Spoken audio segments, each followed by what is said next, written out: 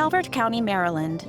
Like so many small-town communities throughout America, Calvert has also felt the tidal waves from the opioid crisis. Here are the stories of your neighbors and friends.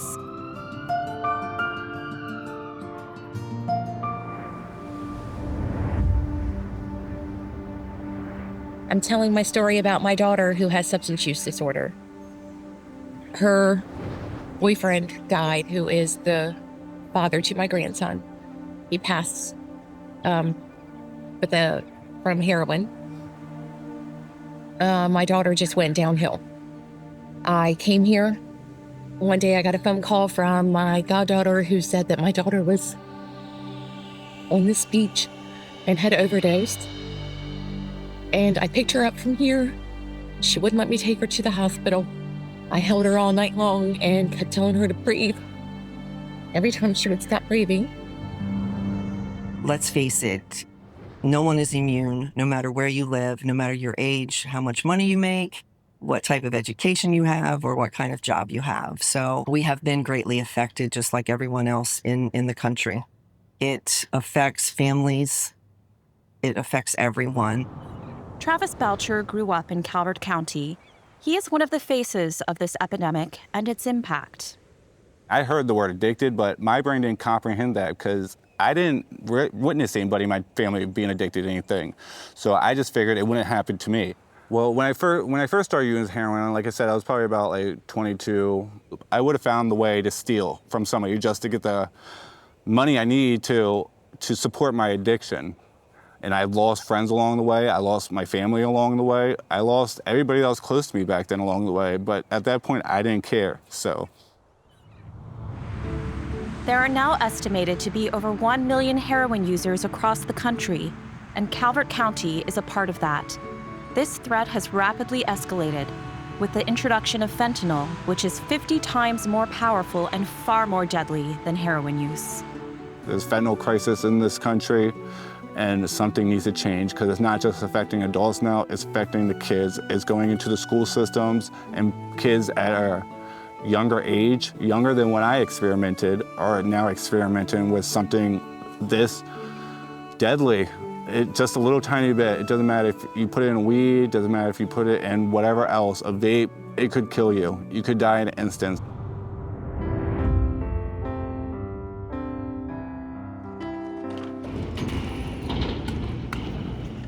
One of our Calvert County residents impacted by the opioid fentanyl crisis is Sandy Mattingly. Her son, Chase, lost his life due to a fentanyl overdose at the young age of 21. One pill, a misled decision, a horrible choice with devastating effects. He loved skateboarding. This here is all from the rails. Finding ways to help remove the stigma surrounding substance abuse, Sandy shares Chase's story to educate, empower, and spread hope. And this is his too. He loved Wawa. Chase made a horrible mistake and he died of a fentanyl intoxication overdose. He was a good kid. He was a sweet kid. He had mountains of friends. He was very well-rounded. Chase played the clarinet in the middle school band. He played t-ball, baseball, 7 years worth here in Calvert County. He played lacrosse for the Prince Frederick Eagles. We did lots of activities together, him and I. We went camping. We went on family ski trips, snow ski trips. He was a good snowboarder. He was what we would all call flippin' sweet. We don't know why he did what he did. He knew better. I was a single mom. For starters, my husband and I divorced when Chase was only 4 years old. And I did quit my career job to stay home closer to my children, but I still worked full time, owned a business, 14 years. Chase and I, we had a terrific relationship. We were very open and honest with each other. We talked about everything, including drugs. I know that Chase smoked marijuana, and that didn't take place. He didn't start experimenting with it until after he was out of high school. I didn't condone it. I hated it, actually. The drug stinks, and I would catch him because I could smell it in the house. So we had our smackdowns, is what I used to call them. And after a few raids in his room and different things that I had to do to instill in him that I was serious, he did come around and we did talk about his marijuana use. And I set parameters with him. But he's 19, 20, and you can't babysit him. But we had a wonderful relationship. I was notified at home, expecting him to be home for dinner, and I was notified that they had located my son in Lothian, Maryland, non-responsive, and that he had succumbed to a drug overdose. And when they indicated to me that he died from fentanyl, I had no idea what they were talking about. And I was devastated. And I had to ask them, what the hell is fentanyl? They found more fentanyl in his system, along with a small amount of Xanax. And I don't know if the kids were experimenting with this stuff, but one of those things I wished I had known was I wished I had known about fentanyl. We talked about every drug, heroin, cocaine. He promised me day in and day out that he didn't experiment with drugs, that all he used on social occasion was marijuana. And I never saw any indicators that he was using anything of any other sort. I wished I had known more. I don't know that I would have been able to change the outcome for Chase, but I would have been able to discuss it with him. And it might have made a difference in the decision he made when he took whatever he took that fateful day. This is the hardest thing you have to live with, is losing a child. And I would tell parents in a heartbeat, educate yourself. Stay on top of the latest trends, whether it be social media trends, technology trends, and by God, drug trends. If you don't think this could happen to you, think again. I thought my job was done, but clearly it was not. I had no idea 4 years ago we were in an opioid epidemic crisis. It didn't affect my family, and so I was not aware of it. And then it did. My daughter, she works hard to just not think about it. So the impact on families can be hard. It's real devastating. You have some family members that don't want to talk about the lost loved ones. They don't want to talk about the drug scene. Some cover it up. They don't even want to say that their family member died from addiction or drug use or overdose or any of that. The shame is rampant. And it's horrible, in my opinion. We have to overcome the stigma. He gave me Mother's Day cards. This is one of the latest ones. The card says, "Thanks for encouraging me to dream big and reach high. Your strength makes me stronger, and your love means the world to me. Happy Mother's Day." That's the inscription in the card. But this is what my son wrote. And he wrote it to me. He says, "Raising me took a lot of patience and determination. Thanks for not giving up on me and always being there.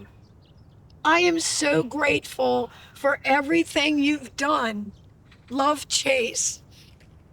And I am so grateful today that I still have some of these memories. Chase's story is a warning of the dangers of taking any unprescribed medication. You feel like your child is on any substances, you stick with your gut. Stick with your gut. Don't let them tell you no, they're sick or you're crazy or anything. Get help. Get help for you so you know how to deal with this situation with your child. This is a lifetime progress. I will be working on my recovery of addiction until the day I die. I have to fight the urge every day to be like, no, there's no point in getting high. It's going to destroy everything I built this far. Even though the beauty of Calvert County hides the personal devastation of opioid addiction, resources are available for those individuals and their families impacted by this scourge. The community has been very involved. We have multiple agencies who have taken the lead on the topic. We have the Calvert County Health Department, the local Behavioral Health Authority, Calvert Health, which is our local hospital, the Calvert County Sheriff's Office, the Maryland State Police. We have prescription drug take-back days, and those are around the county twice a year. I came to a point when I woke up one morning, I was depressed. I honestly was depressed. I wanted to kill myself. I was tired of feeling the way I was feeling. I was sick. I was tired of the withdrawals. I was tired of everything. I woke up one day, I was like, this is not the life I wanted to live. So from there on out, probably in 2016, I seeked help. I seeked medical help from my doctor, a legitimate doctor that I still see to this day. I seeked help, and luckily he was a godsend. He saved my life. The resources for help and recovery are here in Calvert County. Patricia Schleter recovered from substance use disorder and decided to become a part of these resources. I'd have using dreams about not being able to get high. Like, I'll have everything ready to go, and then the needle will break, or I'll drop it, or something, right? I can never get high. But now, what my nightmares are is I get high. I really was kind of always a kid that felt a little bit out of place, not really comfortable in my own skin. I remember those feelings very early on, for as long as I can remember, having struggled with that. Body image, self-esteem, all of those things. But it really didn't come to a head until I was about 12 or 13, and we moved here to Calvert County and started middle school, high school. I just didn't know where I fit in. I didn't know who I was. I had no sense of self, and I was kind of left to my own devices. And I think before the drugs, it was really mental health issues for me. I had a pretty rough eating disorder. I was hospitalized for that. My first foray into drugs was Adderall and marijuana and alcohol. The Adderall helped me kind of lose the weight that I thought that I needed to lose and made me feel good and all of that stuff. I was 16 when I was first introduced to opiates. I was in a car accident, and they prescribed me Percocet for after the accident. I was pretty beat up, and I liked them. I just liked that I didn't feel anything. I was numb. It shut all that chatter in my brain completely off. OxyContin was a big thing back then, so that was really kind of where things started to take off. And then I started dating an older man. I was 17, I believe, at the time. He was about 22 or 23, and he was a heroin addict. And I was introduced to heroin through him. And that's really when the physical addiction piece came into play. So I started using heroin every day. Every day. And I think by the time I was in my early 20s, after my first charge for stealing, because that's how I supported my habit, was stealing stuff and pawning it, the needle was introduced, and that became its whole own addiction as well. During this time, I was using all other substances, whatever I could really get my hands on, but when I started shooting, everything else fell by the wayside. I don't know. I was lost. Dropped out of college, bounced around. My first treatment I went to was probably 18 or 19, actually, I think. And I stayed in a 30-day treatment facility. I went to a halfway house afterwards in Virginia. And the only thing I could really do to make myself feel okay was just get high. And that lifestyle also took me down really hard. So, stealing, shooting up, riding in cars with random people, waking up in random houses, driving through Baltimore, going into old abandoned row houses to get drugs, to get high. It was an insane life to live. I probably would go through about 12 rehabs before I finally ended up on this last path of recovery. I was pregnant, I was using, and I was having a hard time not using. I went to a treatment facility in Baltimore called CAP, a Center for Addiction and Pregnancy. And they put me on methadone there to help stabilize, because anytime that I would detox while I was pregnant, I became so sick that I couldn't eat, I couldn't function. The baby was in distress.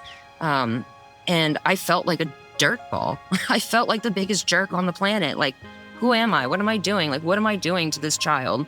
And it spiraled there. Like, the depression, the anxiety, the shame, the guilt fed into that cycle of using, which fed into the shame and guilt. And, it was a mess. So my kiddo was born August 8th, 2013. She was born substance exposed, which means she had heroin in her system too, in her little body.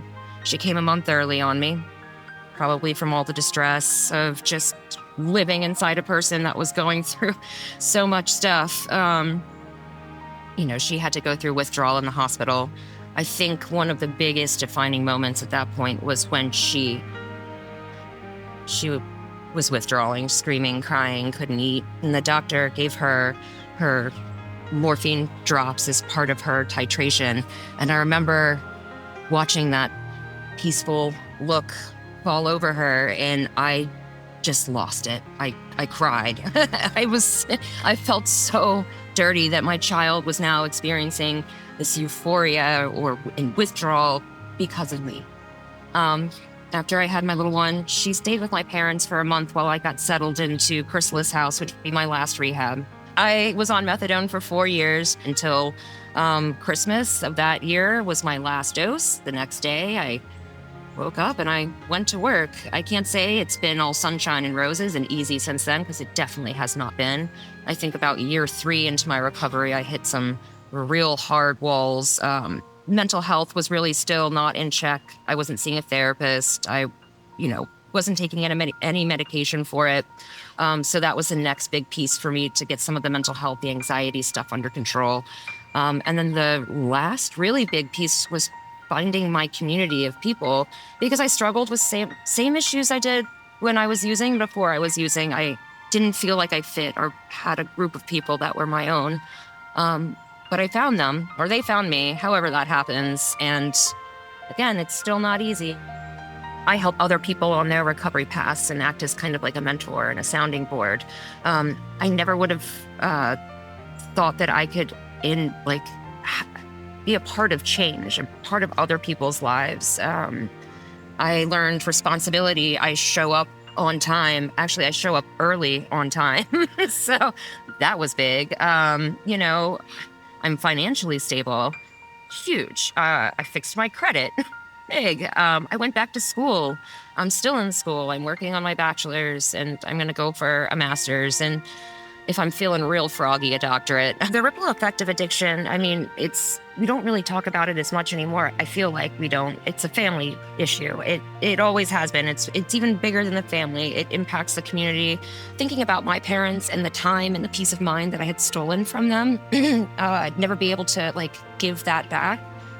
Their money, how much money they dumped into treatment, rehab, money I'd taken. I can't really give that back. I can move forward. Moving forward in her community has been a part of Patricia's road to recovery, as she now works for opportunity and education for others who may face substance use disorder in themselves or their families. Like all who succumb to addiction, the path to recovery is not an easy one. Recovery is definitely possible. It needs to be within the person. My daughter just had it within her. She just wanted to. She said she wouldn't die. Well, my life changed. Like I said, I got a bachelor's degree in criminal justice, and right now I'm currently going to school to get another degree in history. Eventually, I want to become a high school teacher. I want to teach criminal justice, and I want to teach government classes to high schoolers. So it gave me a purpose to live. My recovery gave me a purpose to live. It gave me a reason to be here today on earth, to tell my story. Like Travis, Gabe Stewart is one of the lucky ones who pulled himself out of his own addiction. Unlike many, Gabe found the strength to recover on his own. Once you do find that passion, what you really want to do, just stay disciplined and follow that path. Because once you get there, I think that's when you're truly happy. Growing up, youngest of 3 boys, single mother, came to Calvert County in middle school, 6th grade, And my mother was dealing with some drug issues throughout middle school. And coming into high school before my freshman year, my oldest brother's incarcerated. The middle brother was off to try college and live on his own. So it's just me and my mother. And we ended up losing the house we were staying in. We were declared homeless. We stayed in the back of a van. We stayed in her friend's house basement sometimes. Sometimes I lived in Prince George's, or would sleep in Prince George's County to come to school in Calvert County. So that was going into my freshman year. And then it came a point where we stayed in this hut that was above a garage in Huntingtown. And my mother was doing her own thing, abusing drugs. And she left me there for 3 weeks, and the person we were staying there knocked on the door and asked for the rent money. And I told her I haven't seen my mother in about 3 weeks and I don't have any money. So that was the defining point where I went on my own. The lady kicked us out, and I just had to figure out my own life at 14 years old. So then I would stay with friends. Then going into sophomore year, the summer before sophomore year, I was asked to try out for varsity football teams. I was a 14-year-old kid hanging out with 17, 18-year-olds. That was the first time I was introduced to pills.